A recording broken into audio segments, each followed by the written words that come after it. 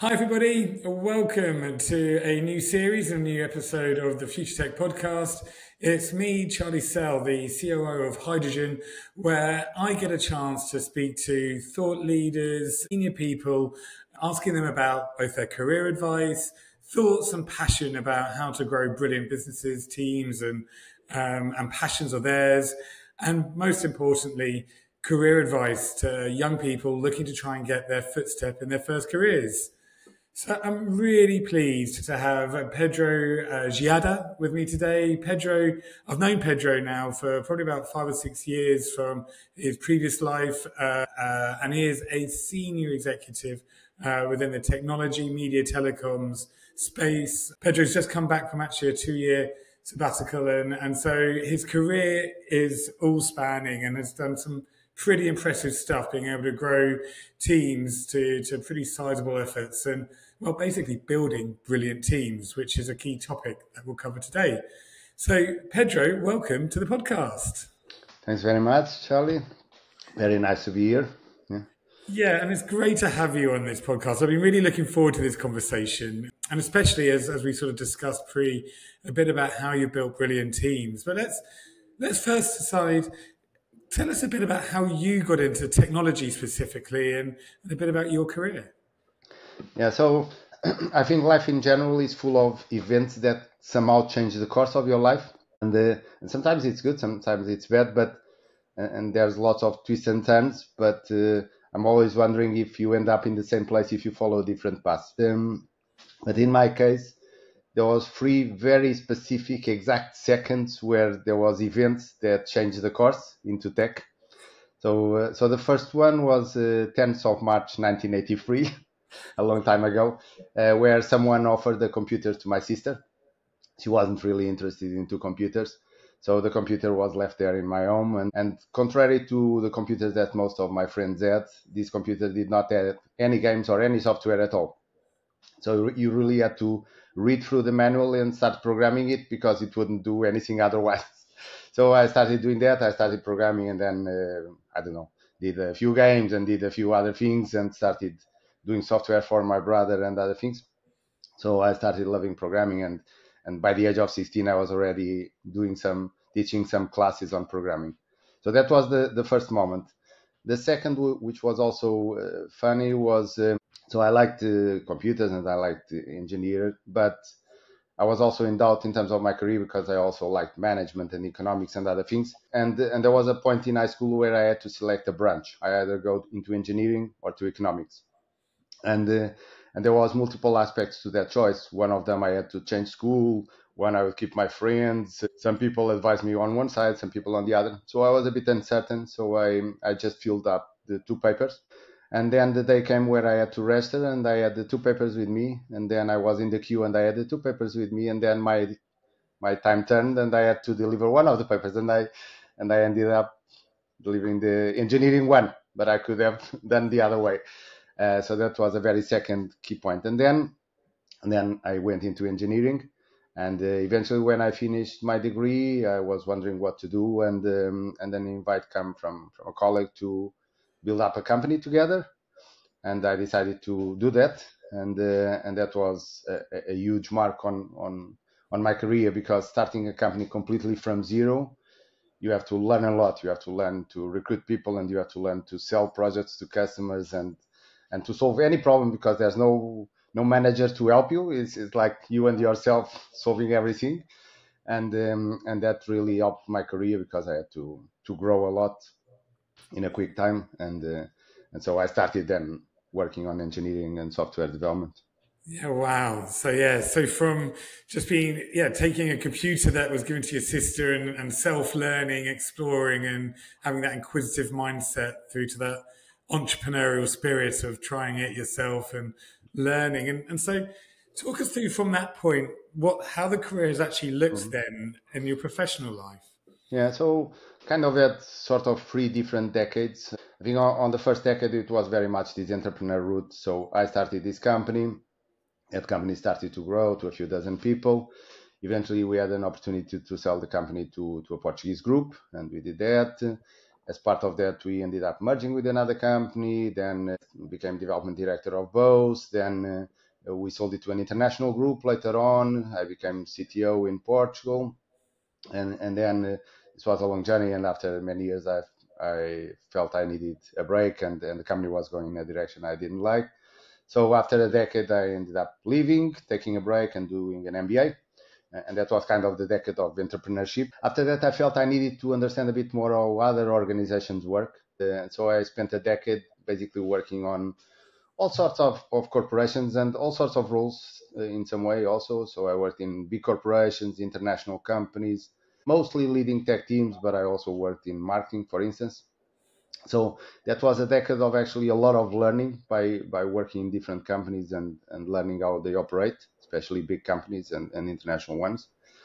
And by the end of that decade, I was working for a small company in Switzerland, but remote, which was not common 15 years ago. And that company ended up being acquired by Sky in the UK, which is a massive company. And so suddenly Sky had like 7,000 technology people in the UK and one person in Portugal because I was remote. No one else was remote.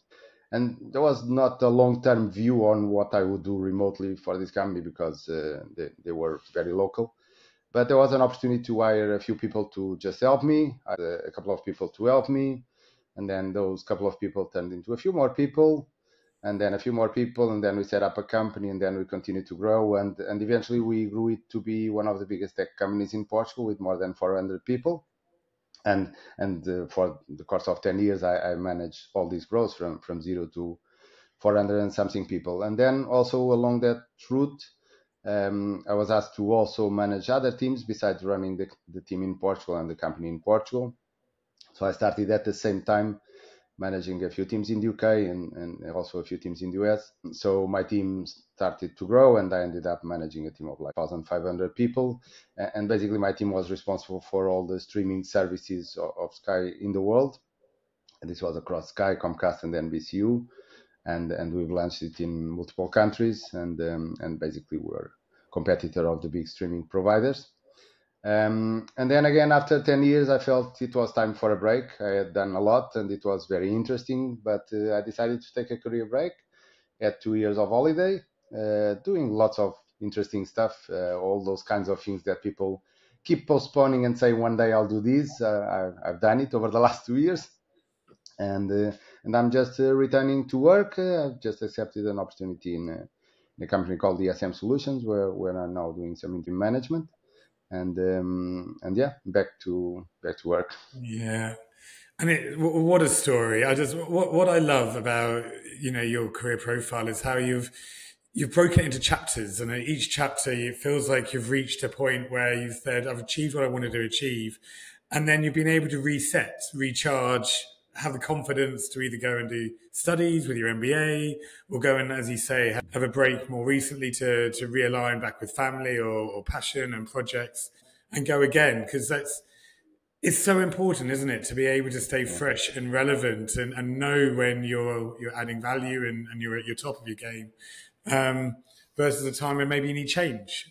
And I think that segues really nicely into something that I've always been really impressed with the teams you've built, having known, known your teams predominantly whilst at Sky, that leadership isn't about dictating and telling people what to do. It's about building brilliant culture and brilliant empowerment. And so I'd love to get your insights into how you've built teams and how you've been able to thrive. Growing a team from zero to managing 1,500 people is not easy, I can imagine. No. Yeah, talk a bit about how you've built and what your values are, I guess, or your theory on doing that. Yeah, I think it's really, really important to build a great team.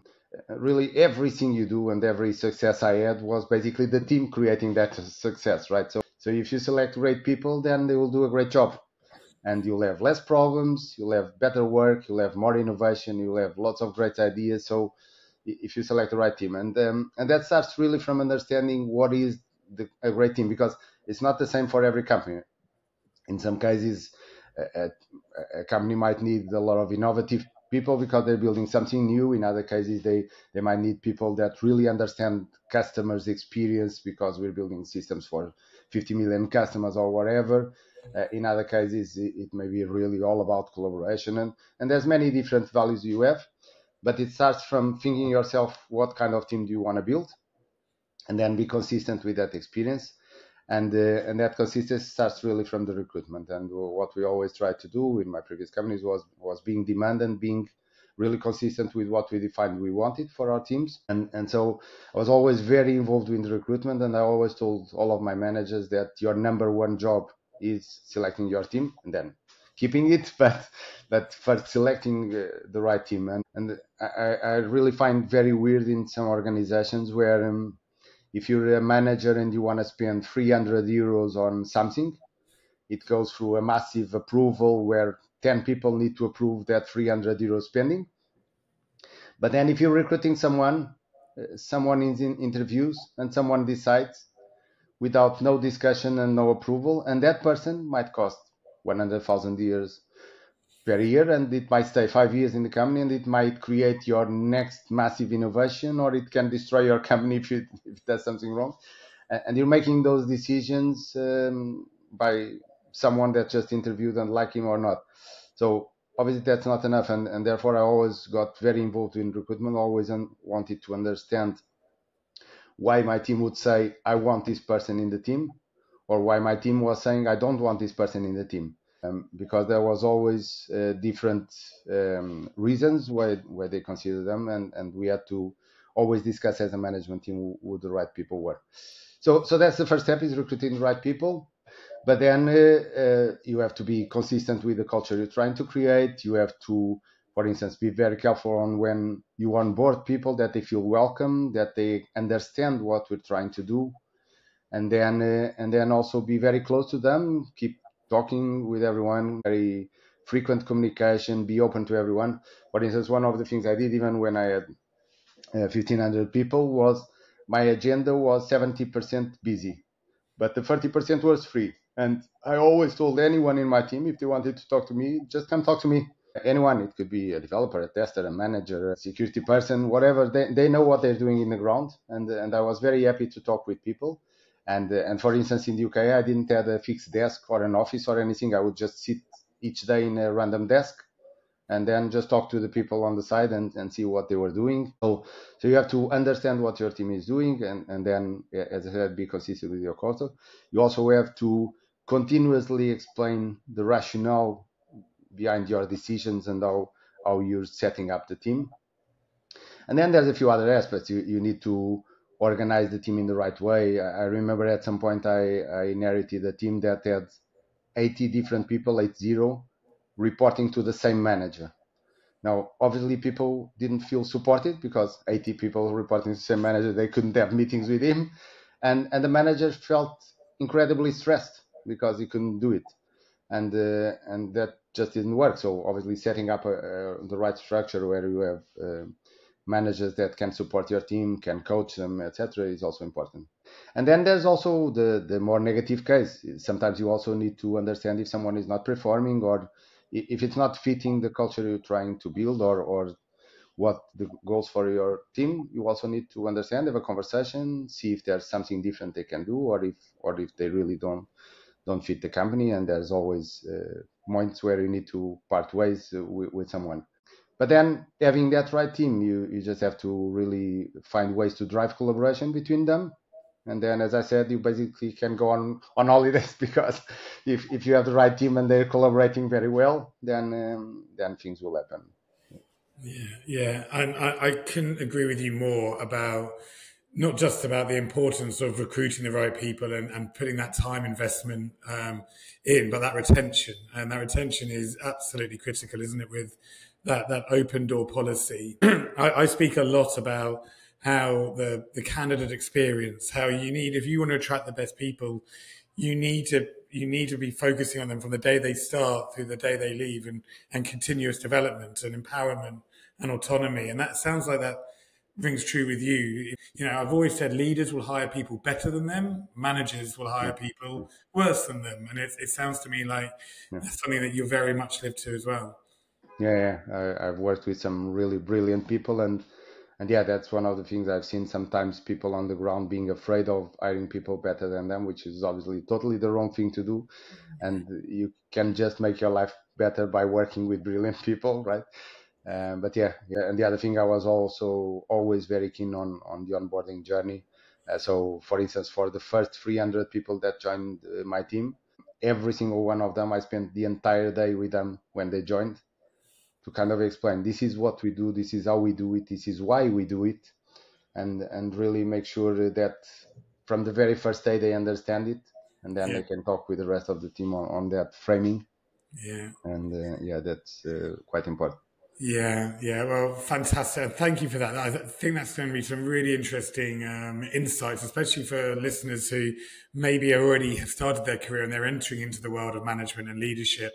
That no matter what career level you are, you need to invest in the relationships. And if you invest in the relationships, you build trust, and therefore you can probably build accountability as well on the other end of Mm-hmm. the spectrum.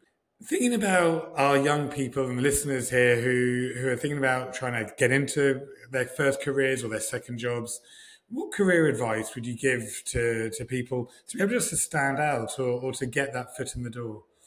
So I think the first step is really learning.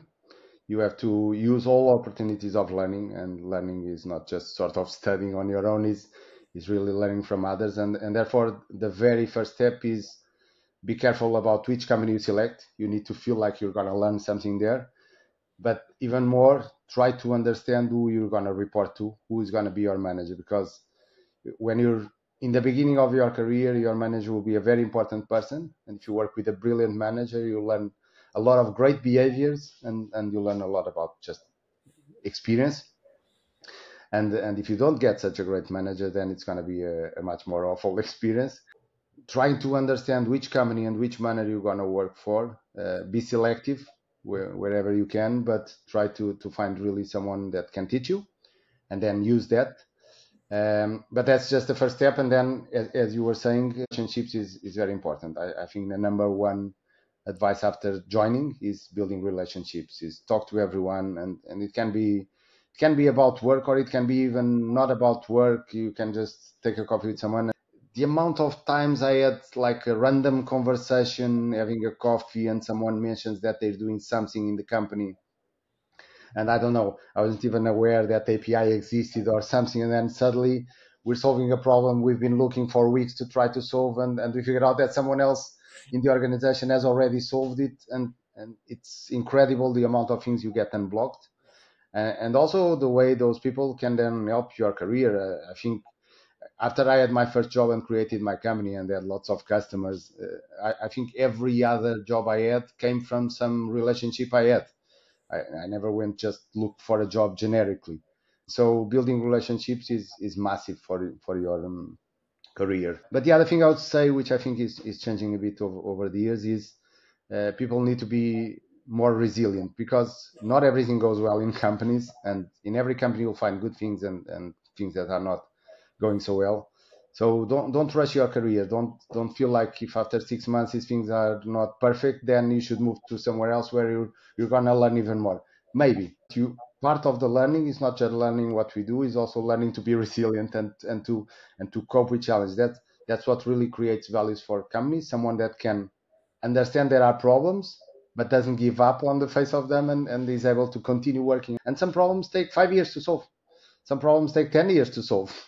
And you need to be resilient. Maybe you don't stay the full 10 years, but you need to keep working on them. And it's very common that on the first year people are really happy with the company. It's amazing, new people, new learning, and they love it because they selected that company for some reason.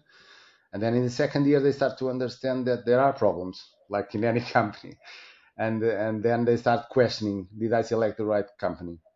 And if they overcome that and get to the third year where they understand the problems and they understand what they need to do to improve them, then that's where they really, really create value for the company. And if you don't stay that long, then you're never gonna create that value. And I think it's very important to be resilient. Then there's lots of other things. It's obviously about making sure you do the right work. Many people feel like I should earn more money or something, but your value is really created by yourself. The more value you create, the more ideas you have, the better work you do, opportunities will come. maybe they don't want to come in the same company, maybe they won't come in the same role, but as you do a great job, you'll have more and more opportunities. And then maybe final point is ask why. It's understand the reasons why we're doing stuff. It's not enough to be told we need to develop this system or whatever it is. You need to understand what's the rationale behind it. And I had lots of situations in my life where people were eating a wall trying to solve requirement X and just trying to do X and failing. And then by asking, yeah, but why are we building X? Actually, we're not building X. We're solving a certain problem. And X was the solution. Someone thought it would be the solution. But actually, there's a completely different solution for the same problem we were trying to solve. And by the time you ask why, you understand, wait a minute, we were just eating all with this option, but there's completely different options to solve the same problem. So I think it's good to really understand the rationale behind everything you do. As a new person in the company, you should absolutely ask why all the time. And as a manager, you should absolutely spend the time to explain why to your people. Yeah. Oh, Pedro, thank you so much. I think those key takeaways just really resonate, and how I've summarized it. Learning that open mindset for any of our young people when they enter a new career, that willingness to ask questions. And I totally agree with you about the resilience, to be able to see things through to not just post delivery, but understand the impacts of things. And so when you have those challenges, how do you come through them is a life skill that you can take with you outside of work as well as in work. And ask the why, that inquisitive mindset. I think it's so important in today's world for our young people who are listening, if they're to have the confidence and not to ask why in a way of looking at criticism, ask why in a way of looking at how they can support and add value to their business. And fresh ideas come at all age groups, don't they? I think that's the other thing you alluded to, that it's not just about experience that brings innovation within companies. Well, look, time has flown by, as it always done when topics are just so interesting. Pedro, thank you so much for being a guest on our podcast, and I hope you found that an enjoyable experience. Yeah, very much. And to our listeners, that is our first episode of a new series of Future Tech. For everyone, it's on Spotify, it's on the Hydrogen website, and we share it on LinkedIn with our many followers. For now, thank you for everyone who's listening to the podcast, watching the video. And one more time, massive thank you to Pedro for being a guest. Thanks, Charles.